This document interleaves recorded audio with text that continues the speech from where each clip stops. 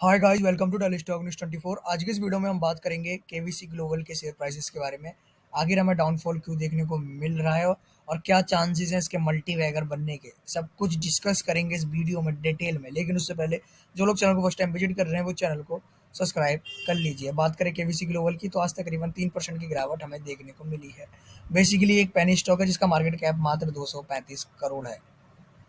भाई अगर हम इसके फंडामेंटल्स देखें तो कंपनी के फंडामेंटल्स बहुत बुरी तरह खराब है, यानी फंडामेंटली कंपनी बिल्कुल भी अच्छी नहीं है। आरओई माइनस में, आरओसीई माइनस में, negative EPS negative, sales growth पिछले 3 साल की नेगेटिव, अगर सेल्स ग्रोथ पिछले 5 साल की देखें तो नेगेटिव। डेब्ट कंपनी में 106 करोड़ का, पर डेब्ट टू इक्विटी देखें तो कंपनी में डेब्ट का कोई दबाव नहीं है। स्टॉक पीई कहाँ से होगा जब ईपीएस ही नेगेटिव में है। प्रमोटर्स होल्डिंग मात्र 2% से भी कम। मैंने देखा है बड़े बड़े फिन इन्फ्लुएंसर ऐसे पेनी स्टॉक को सजेस्ट कर रहे हैं। वहीं इसके क्वार्टर्स में आते हैं, आप देखोगे दिसंबर 2020 से हम दिसंबर 2023 से 23 तक के पहले क्वार्टर्स आप देखोगे कंपनी ने दिसंबर 2020 के क्वार्टर से लेके दिसंबर 2021 के क्वार्टर तक प्रॉफिट किया। फिर आप देखोगे मार्च 2022 के क्वार्टर में लॉस, जनवरी 2022 के क्वार्टर मात्र 1 करोड़ प्रॉफिट, सितंबर 2022 के क्वार्टर मात्र 1 करोड़ प्रॉफिट। फिर आप देखोगे दिसंबर 2022 के क्वार्टर से जितने भी पिछले 5 क्वार्टर है सब में कंपनी लॉस में रही है। यानी भैया आप दिसंबर 2023 का जो लास्ट क्वार्टर कंपनी ने पोस्ट किया उसमें भी जो कंपनी है वो लॉस में है, यानी प्रॉफिट ही नहीं बना रही है। अब हम आते हैं ईयर ऑन ईयर बेसिस पे भी आप देखोगे तो कंपनी को इस बार जो कंपनी लॉस में रही है 52 करोड़ का लॉस इस बार कंपनी का हुआ है, पिछली बार 15 करोड़ का लॉस हुआ था। अब हम आते हैं कंपनी की बैलेंस शीट में।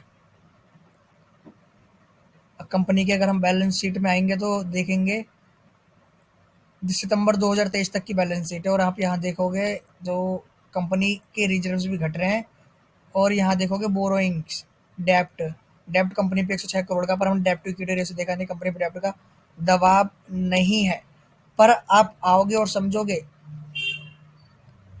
कंपनी ने पिछले 4 क्वार्टर्स यहाँ हमें मतलब कि जो 2024 का मतलब कि जो फाइनेंशियल ईयर है उसके रिजल्ट पोस्ट नहीं किए हैं। बैलेंस शीट भी आप देखोगे मात्र सितंबर 2023 तक की ही अपडेट है।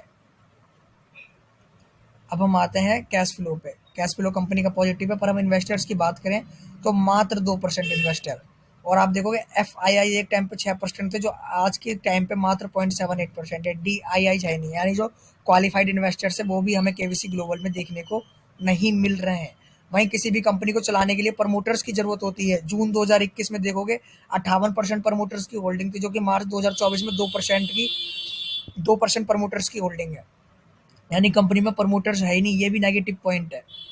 जितने भी फिन इन्फ्लुएंसर सजेस्ट कर रहे हैं या जितने भी लोग केवीसी ग्लोबल में इन्वेस्ट कर रखा है उनसे एक बात कहना चाहूँगा, जब कंपनी लॉस मेकिंग कंपनी है, कंपनी में प्रमोटर्स की होल्डिंग नहीं है, ना आपको एफ आई आई दिखाई दे रहे, ना डी आई आई दिखाई दे रहे, ना कंपनी के नतीजे अच्छे, तो कंपनी के शेयर प्राइस कहाँ से इंक्रीज हो जाएंगे। हाँ, एक हो सकता है अगर जो मतलब कि जो ऑपरेटर है वो ऑपरेटर खेल कर दे।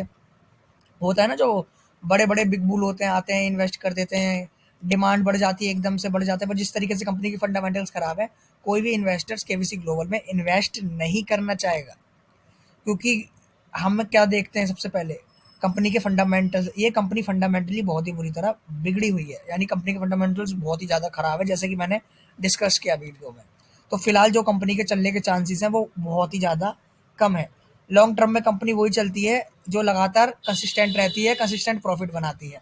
आप देखोगे कंसिस्टेंट पिछले 5 क्वार्टर से लॉस हमें देखने को मिल रहा है केवीसी ग्लोबल के अंदर। आई होप आपको समझ में आया होगा मैं आपको क्या समझाने की कोशिश कर रहा हूँ। ये वीडियो सिर्फ एजुकेशनल पर्पस के लिए था, इस वीडियो में कोई भी बाय और सेलिंग की रिकमेंडेशन नहीं है। Thank you.